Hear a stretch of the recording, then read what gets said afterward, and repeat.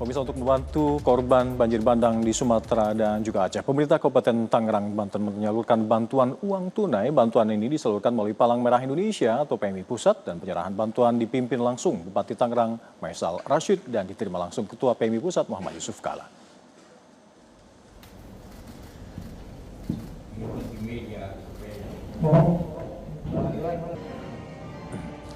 Bantuan tahap pertama adalah hasil donasi dari ASN setempat dan PKK serta Abdesi Kabupaten Tangerang, Banten. Donasi berupa uang tunai 1,5 miliar rupiah diberikan secara langsung melalui mekanisme transfer ke rekening PMI. Donasi ini diharapkan bisa membantu para korban banjir dan tanah longsor yang ada di 3 provinsi yang terdampak bencana ini. Di antaranya adalah Aceh, Sumatera Barat, dan Sumatera Utara. Kami berprihatin dan kabupaten atau kota dan seluruh Indonesia ini sudah tidak terjadi lagi, Ketua PMI. Dari PMI Kabupaten Tangerang sudah mengirimkan personil Bapak ke sana. Tentunya ini juga 1,5 miliar dan kita mohon bantuannya ini akan diserahkan kepada PMI Pusat melalui PMI untuk bisa dikirimkan atau disampaikan kepada saudara-saudara kita yang saat ini sedang mengalami bencana alam, yaitu banjir dan longsor di Aceh, di Padang maupun di Medan. Di samping itu juga kita menerima bantuan logistik dalam bentuk barang. Kita punya gudang sebelah menampung itu. Karena tiap 2 minggu kita harapkan ada kapal kita membawanya.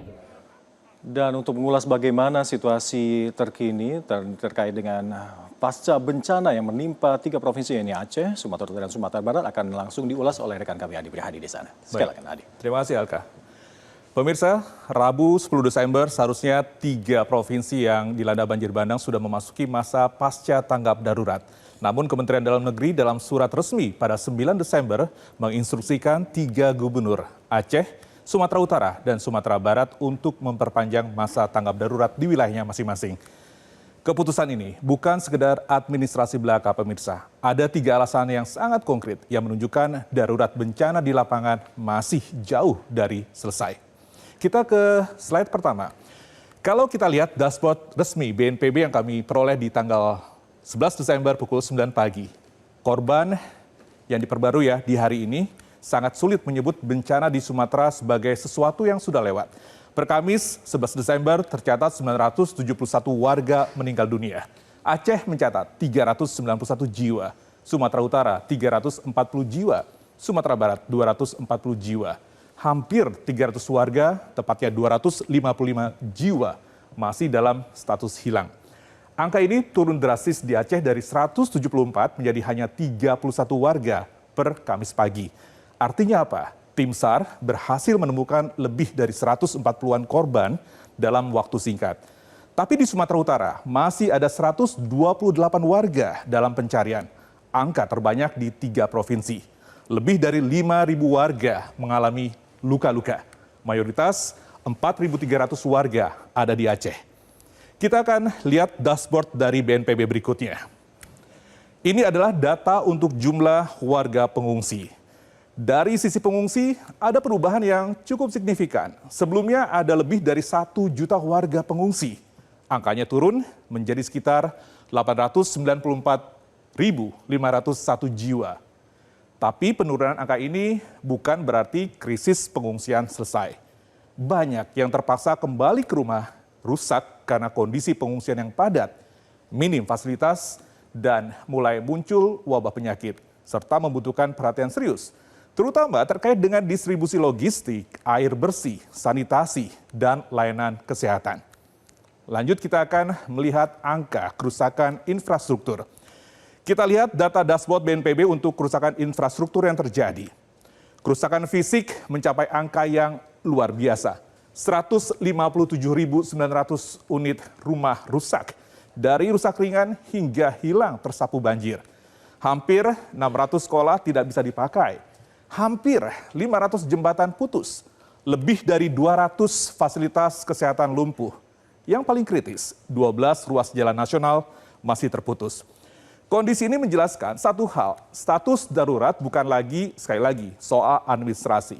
Ini soal realitas di lapangan. Ratusan ribu warga masih mengungsi, ratusan warga masih dicari, puluhan ribu keluarga kehilangan rumah dan jalur-jalur vital masih terputus.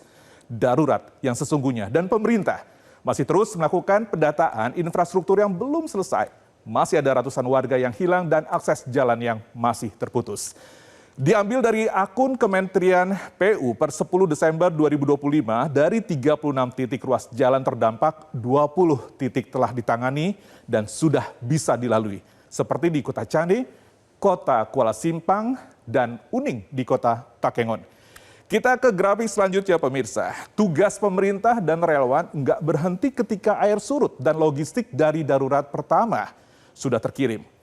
Tantangan sekarang adalah mencegah klaster penyakit di pengungsian, menjamin air bersih dan sanitasi layak, dan memastikan layanan kesehatan menjangkau kelompok paling rentan, anak-anak, lansia, ibu hamil, dan mereka yang punya penyakit kronis.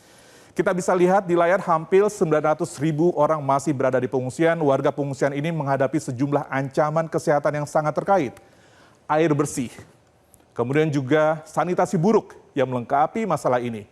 Fasilitas kesehatan yang rusak atau lumpuh, kemudian juga durasi pengungsian yang panjang, rata-rata lebih dari 10 hari dan ada yang hingga 2 minggu, membuat daya tahan tubuh menurun.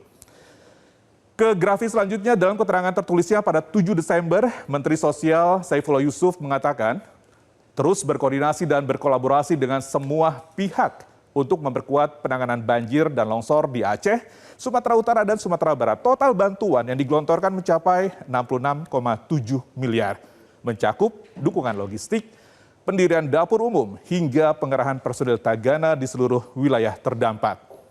Skala bencana di Sumatera kali ini membuat pemulihan bukan lagi soal hitungan bulan. Menteri PUPR Agus Harimurti Yudhoyono dalam pernyataannya di sebuah kesempatan pada 9 Desember 2025 mengungkapkan kalkulasi awal biaya perbaikan infrastruktur pasca bencana banjir di Sumatera lebih dari 50 triliun rupiah.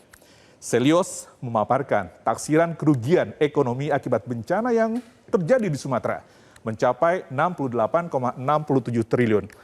Angka ini mencakup kerusakan infrastruktur, hilangnya produktivitas, dan dampak ekonomi lainnya. Upaya pemulihan dan mitigasi bencana menjadi semakin penting untuk meminimalkan kerugian di masa depan.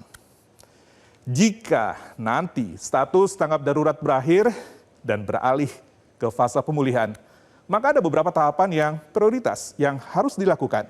Pertama adalah tahap infrastruktur yang vital, seperti jalan, jembatan, listrik, komunikasi, air bersih. Tanpa ini, distribusi bantuan dan aktivitas ekonomi nggak bisa jalan.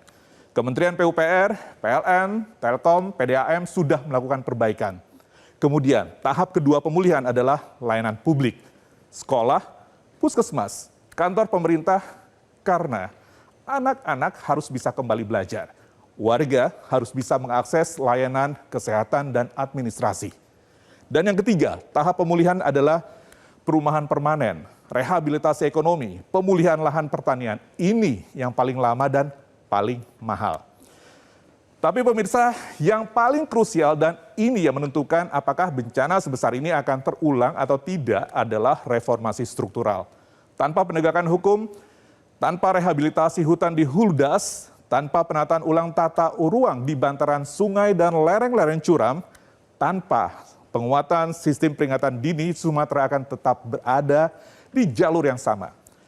Banjir besar berikutnya hanya menunggu waktu.